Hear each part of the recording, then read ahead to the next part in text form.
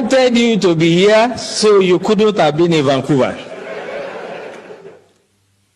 Speaking seriously about the practical approach to mobilizing to curb insecurity, I'll share experience with you when I was state director in Bauchi. Most of you will remember an incident in Azari. A group of terrorists, the Boko Haram, then had invaded Azari. They were shooting in an attempt to kidnap, and the community chased them. They killed some members of the community, but the community members killed all of them. The last guy, Khalid, climbed onto a tree and was firing. The community stood, they were resilient, and they killed Khalid. Since that day, there has not been one terrorist attack in Azari. As a matter of fact, the former head of state, General Ibrahim Badamasi Babangida, said, and I quote, "If we want to stop or curb this terrorism, we shall emulate the Azari example." Tafawa Balewa also happened to be a local government in Bauchi that was always in flames. And the people of Bogoro and some part of Tafawa Balewa, where the Sayawas are, rose up on one occasion. They knew their terrain better, climbed onto trees and mountains. And when the invaders came, they did not only repel them, they seized their weapons. And since then, you can attest to it that you hardly hear about Tafawa Balewa again. What I'm trying to say, the practical approach to mobilizing people, is that you have to get everyone involved. You do not expect the Nigerian army, police, DSS, to protect every Nigerian or every community. It is not going to work. In the US, if you visit someone in the house, you will be shocked that when the guy hears a police siren, he will just pull his drawer, bring out his gun and keep it. So one of my hosts did that, and I asked him, "Why are you putting gun here?" He said, "Well, if they are chasing someone and he enters my house, I'll shoot him first." And that is the layer we have to start thinking about. How can you create first line of defense? The military, police, and other security agencies are to deal with the bigger ones, the organized ones. But it is impossible for us to deploy it to every community in the country. It is unimaginable that any security agencies that has the resources to do it. So as we live here, we all belong to one community or the other. What we have to start experimenting is how we can make the community to prepare first, if the first line of defense for us. General Wahab said it clearly. And for me, there are 3 takeaways from his lecture. By the way, the general and I were guest speaker at one program in our office, so I'm not surprised at his dexterity. He has developed some sort of expertise in what he does. But 3 things for me. He asked us a question. What is our own culture? Our culture is communal. We do things together. Festival together. Ceremonies together. Wedding ceremony, whatever. So why can't we fight some miscreants, some charlatans among us together? The community should say, "You cannot come here. This is what Tafawa Balewa has done.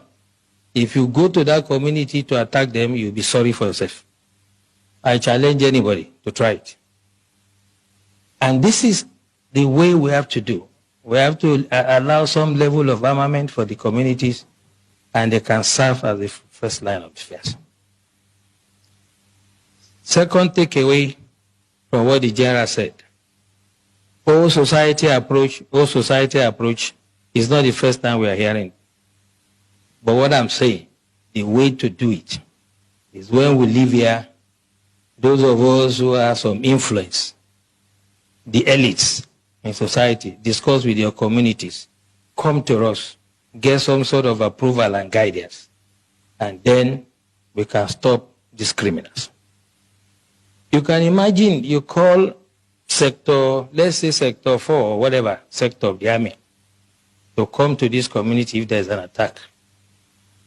Before they even arrive there, if they attack another community, what happens? This is what we should take away from here.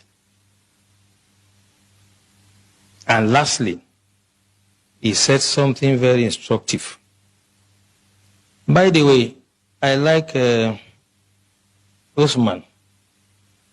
He knows who to give time.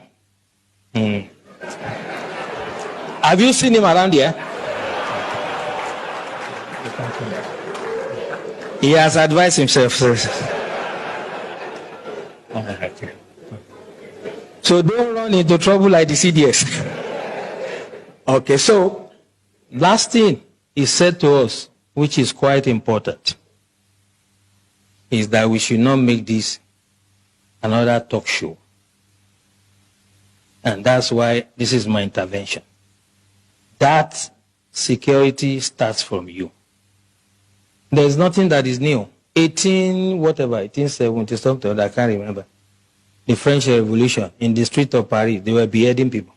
We've had hijack of plane. We'll forget quickly. We've had the wet ear syndrome. We had so many. There's no Metassini and whatever. There will always be security problems.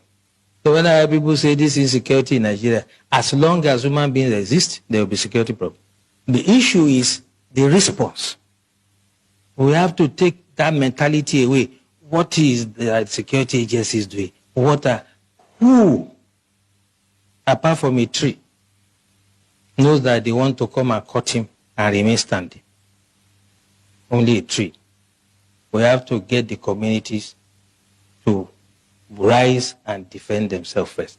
And the time to start it is now. When you move out from here, I do that every day. I come from a village in Ijebu land, Ogun State, and I talk to my people. I know the level of armament they are entitled to. I know how they organize themselves in quarters. We have 4 quarters. I am using my expertise to guide them. You cannot wait for the military to come and do everything.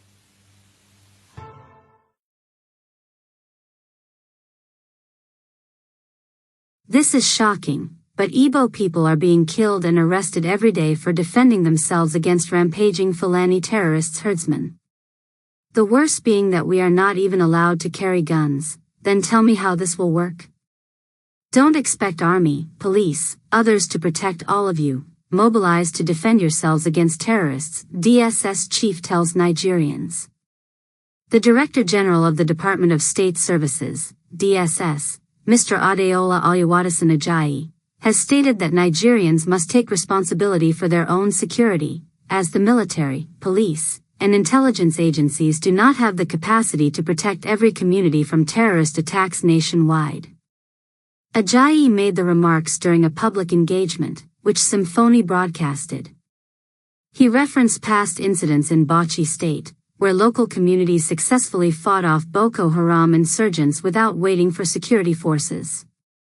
Speaking seriously about the practical approach to mobilizing against insecurity, I will share my experience when I was a state director in Bauchi, Ajayi said.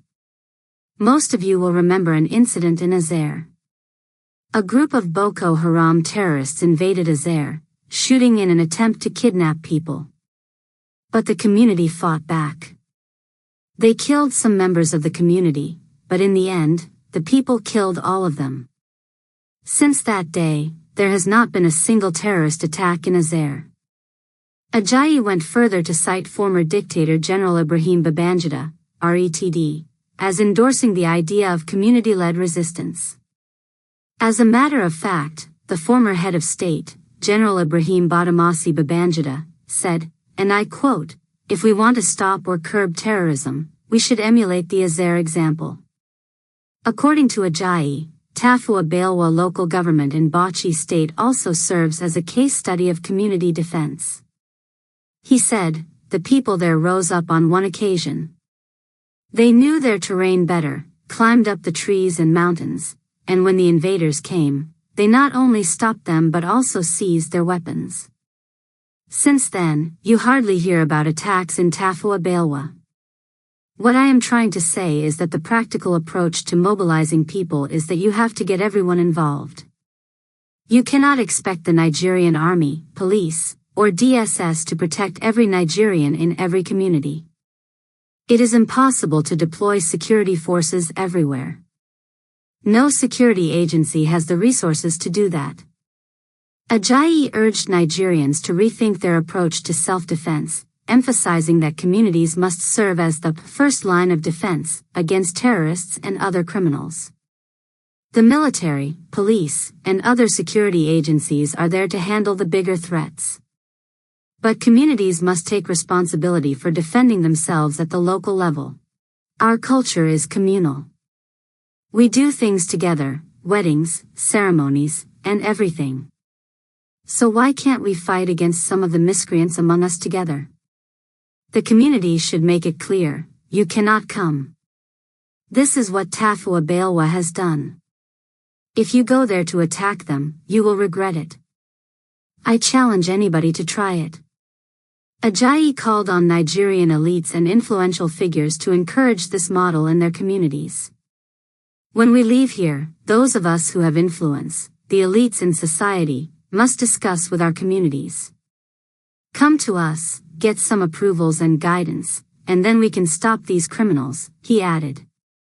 Stay tuned for more updates, stay safe and have a blessed day.